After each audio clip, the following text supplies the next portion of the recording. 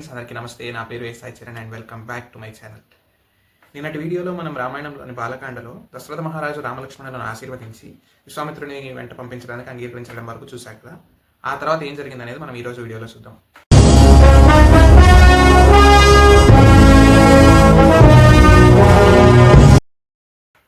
విశ్వామిత్ర మహర్షి వెంట ధనుర్ధారి అయి బయలుదేరాడు శ్రీరాముడు. వాడిద్దరిని అనుసరిస్తున్నాడు లక్ష్మణుడు. సరయూ నది తీరంలో చాలా దూరం ప్రయాణించారు. కొంత దూరం ప్రయాణించిన తర్వాత విశ్వామిత్ర మహర్షి రామలక్ష్మణులకు బల అతి బల అనే విద్యలను ఉపదేశించాడు.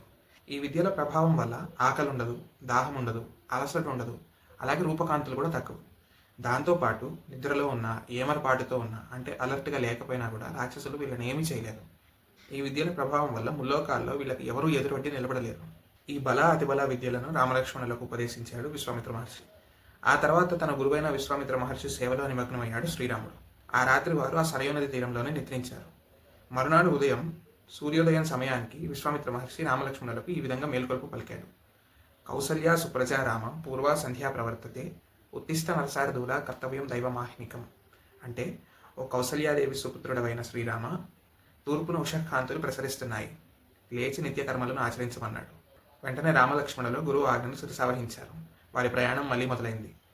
వాళ్ళలా ప్రయాణిస్తూ గంగా మరియు సరయూ నదుల యొక్క సంగమ ప్రదేశానికి చేరుకున్నారు. ఆ ప్రదేశం యొక్క విశేషాల గురించి తమ గురువైన విశ్వామిత్ర మహర్షిని అడిగి తెలుసుకున్నారు రామలక్ష్మణులు.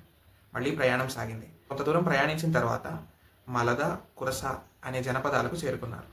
ఈ మలద, కురస అనే జనపదాలు ఇంద్రుని అనుగ్రహం చేత ధనధాన్యాలతో సమృద్ధిగా ఉండేవి. ఇక్కడ ధనధాన్యాలకు లోటు ఉండేది కాదు. కానీ తాటక అనే యక్షిని ఆ ప్రాంతాన్ని ఇబ్బంది పెట్టేది. అక్కడ విధ్వంసాన్ని సృష్టించేది. ఇప్పుడు అగ్నికి ఆజ్యం తోడైనట్లు తాటకకు తోడు తన కుమారుడైన మారీచుడైన రాక్షసుడు కూడా తోడయి ఆ ప్రాంతాన్ని అతలాకుతలం చేసేవారు. ఇది చూసిన విశ్వామిత్ర మహర్షి వెంటనే తాటకను వధించమని శ్రీరాముని ఆదేశించాడు.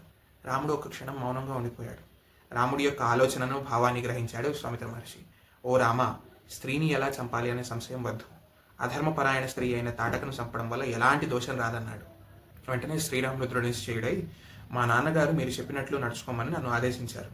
వారి ఆదేశమే నాకు శిరోధార్యం అన్నాడు. అలాగే నా గురువైన మీరు చెప్పిన ఆజ్ఞను శిరసావహించడం శిష్యుడిగా నా బాధ్యత అని చెప్పి తాటక వదకు సిద్ధమయ్యాడు శ్రీరాముడు. వికృత ఆకారంతో విరుచుకుపడుతున్న తాటక చేతులను తన నిశ్చిత బాణాలతో ఖండించాడు శ్రీరాముడు. అయినా ఆవేశంతో మీదకు వస్తున్న తాటక ముక్కు చెవులను కోసేశాడు లక్ష్మణుడు. దీంతో తాటక యొక్క ఆవేశం రెండింతలైంది. తాను కనపడకుండా రామలక్ష్మణులపై రాళ్లను విసురుతున్నది. ఇది గమనించిన విశ్వామిత్ర మహర్షి శ్రీరాముడితో ఇలా అన్నాడు. ఓ రామ, సంధ్యాకాలం సమీపిస్తున్నది. అసుర సంధ్య వేళ రాక్షసులు మహాబలాన్ని పొందుతారు. అప్పుడు వాళ్ళని ఎదుర్కోవడం కష్టం. కనుక ఈలోపే తాటకను పరలోకానికి పంపించమని ఆదేశించాడు. వెంటనే శ్రీరాముడు ఏమాత్రం ఆలస్యం చేయకుండా శబ్దవేది అనే అస్త్రాన్ని ప్రయోగించాడు. దాంతో క్షణకాలంలో నేలపై పడి ప్రాణాలను విడిచింది తాటక. తాటక వధతో దుష్ట సంహారానికి పూనుకున్నాడు శ్రీరాముడు. ఇంద్రుడు మరియు దేవతలు శ్రీరాముని ఎన్నో విధాలుగా స్తుతించారు. ఎంతో సంతోషించిన విశ్వామిత్ర మహర్షి శ్రీరామునికి ఎన్నో దివ్యాస్త్రాలను అనుగ్రహించాడు. తర్వాత రామలక్ష్మణులను తీసుకుని సిద్ధాశ్రమానికి చేరుకున్నాడు. ఇదే ఆయన యొక్క యజ్ఞభూమి.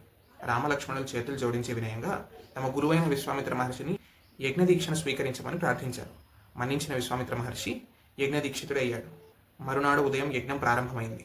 6 రోజుల పాటు సాగే ఈ యజ్ఞంలో అత్యంత జాగరూకులై అత్యంత జాగ్రత్తగా ఉండమని అక్కడున్న మునులు రామలక్ష్మణులను ఆదేశించారు. రామలక్ష్మణులు కంటి మీద కునుకు లేకుండా యాగ సంరక్షణ చేస్తున్నారు. 5 రోజులు గడిచింది. చివరి రోజు ఉన్నట్టుండి యజ్ఞకుండంలో నుంచి జ్వాలలు ఎగిసిపడుతున్నాయి. ఇది రాక్షసుల యొక్క రాకకు సూచన.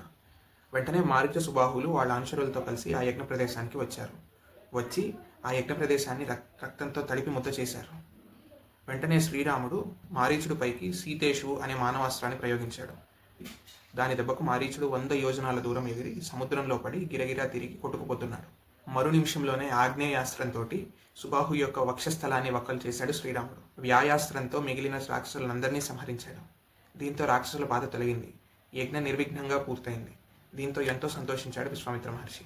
మరునాడు ఉదయం రామలక్ష్మణుల చేతులు జోడించి ఇంకేం చేయాలో ఆదేశించమని విశ్వామిత్ర మహర్షిని అడిగాడు. దానికి విశ్వామిత్ర మహర్షి ఈ విధంగా సమాధానమిచ్చాడు. ఓ రామ, మిథిలానగర ప్రభువు పరమధార్మికుడైన జనక మహారాజు ఒక యజ్ఞాన్ని చేయడానికి సంకల్పించాడు. మనం అక్కడికి వెళ్దాం.